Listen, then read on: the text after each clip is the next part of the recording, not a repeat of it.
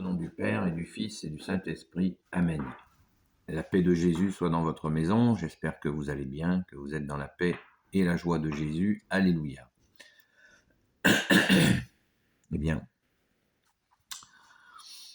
comme je vous en ai parlé hier à la chapelle du Saint-Pilon, donc je suis au Saint-Pilon, vous en êtes douté, avec une amie de Sainte-Marie-Madeleine.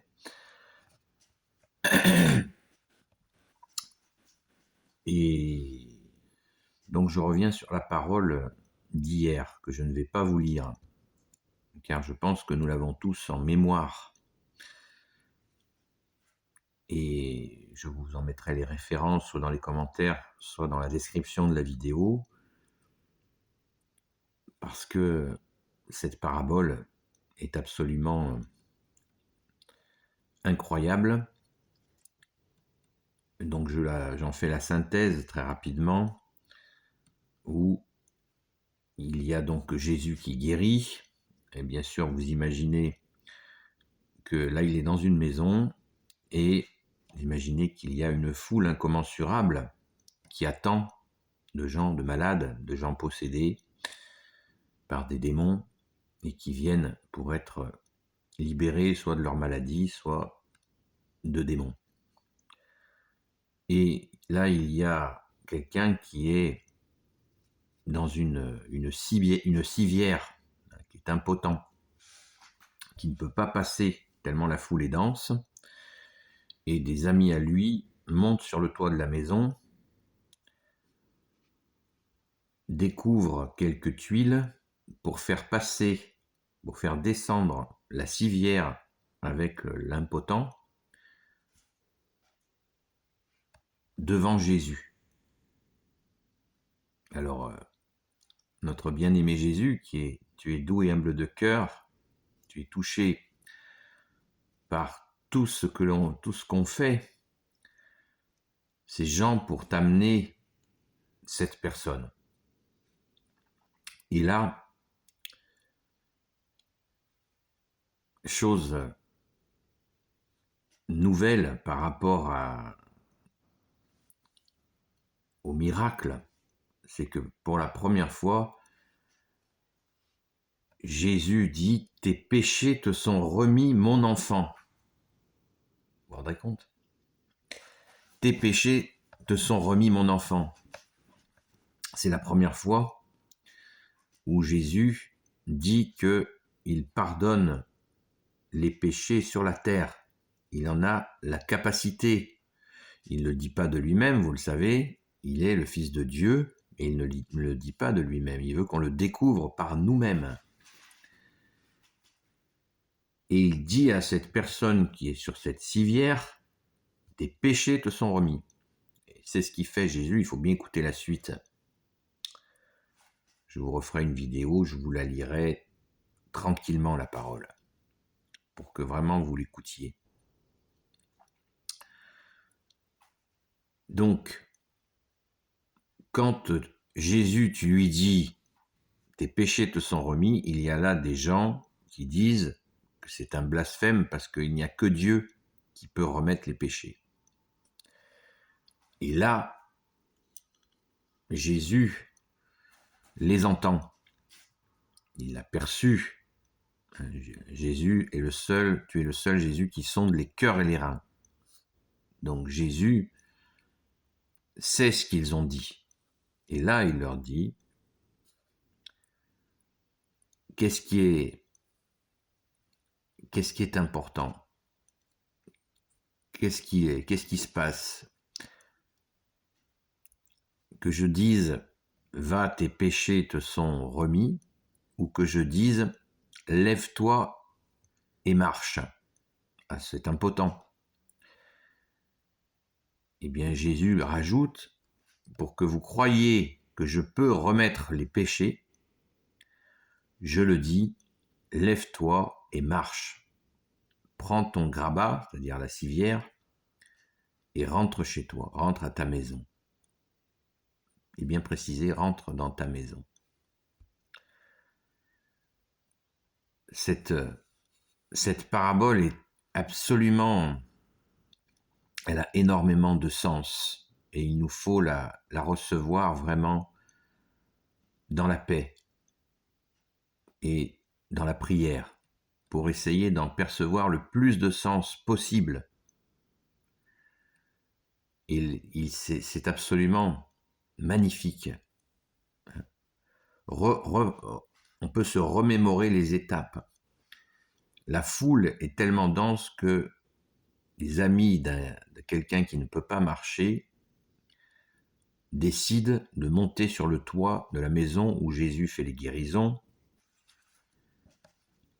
Ils en écartent les tuiles, ils descendent dans sa civière, ce fameux grabat, cette personne devant Jésus. Je vous laisse vous interroger sur qu'est-ce que cela veut dire. Qu'est-ce que cela veut dire, cette descente? C'est très intéressant. Après les étapes où Jésus va pour la première fois dire « Tes péchés te sont remis, mon enfant ». Ça nous dit énormément de choses. Ça nous apprend énormément de choses. Et là aussi, il nous faut le méditer par nous-mêmes. Tes péchés te sont remis. Ce qui soulève, pour comprendre le contexte de l'époque, bien sûr, les Juifs de l'époque attendaient le Messie. Mais malgré les nombreux signes de Jésus, et puis qui commençaient à être de plus en plus forts, Jésus faisant des miracles, ils n'admettaient pas que Jésus est le Messie définitif. Alors Jésus va leur montrer que comme fils de Dieu, il a la capacité de remettre les fautes, de pardonner les péchés, de pardonner les erreurs. Et immédiatement,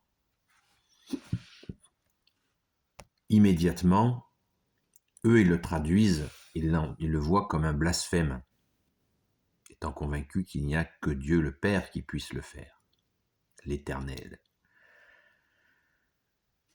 Et pour leur montrer par les œuvres, non pas, Jésus leur dit pas, mais réveillez-vous, c'est moi le Christ Jésus, le oint du Père, le seul Messie, ouvrez les yeux, vous voyez pas les miracles que je fais? Non, il leur dit, qu'est-ce qui est le plus difficile pour lui à faire? C'est de pardonner les péchés. Est-ce que c'est difficile pour lui de le faire? Eh bien, textuellement, il leur dit, pour vous montrer que j'ai la capacité de remettre les péchés, eh bien, je peux dire aussi, lève-toi et marche.